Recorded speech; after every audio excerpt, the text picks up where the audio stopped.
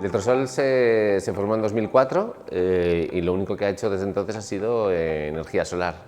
Empezamos con pequeñas instalaciones, evidentemente, y luego pues ya llevamos más de 50 megas instalados.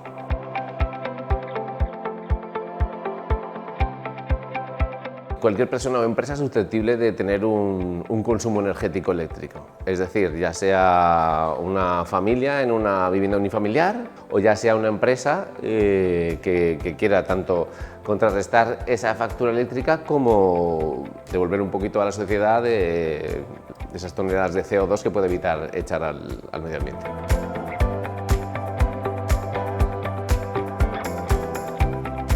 Tenemos tres líneas de negocio. Una que es la de construcción de instalaciones de autoconsumo, fotovoltaicas de autoconsumo.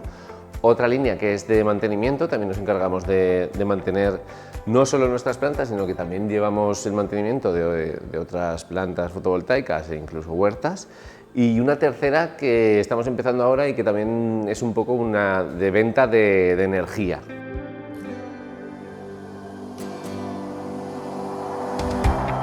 Porque estamos vivos desde 2004, porque solo nos hemos dedicado a la energía solar y porque a día de hoy estamos trabajando para empresas muy importantes como son Mercadona o Supermercados Aldi o Supermercados Consum o empresas cerámicas de la zona como Querallet, Ceracasa y Migrés.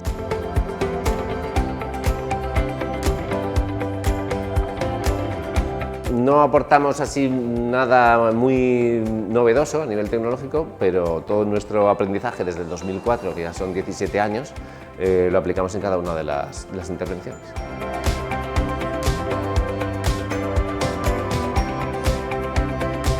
La industria cerámica dejará de emitir toneladas y toneladas de CO2, también pues que dejarán de pagar tanta factura de luz mes a mes. Es mucho más barato generar 1 kWh con energía solar que cogerlo de la red.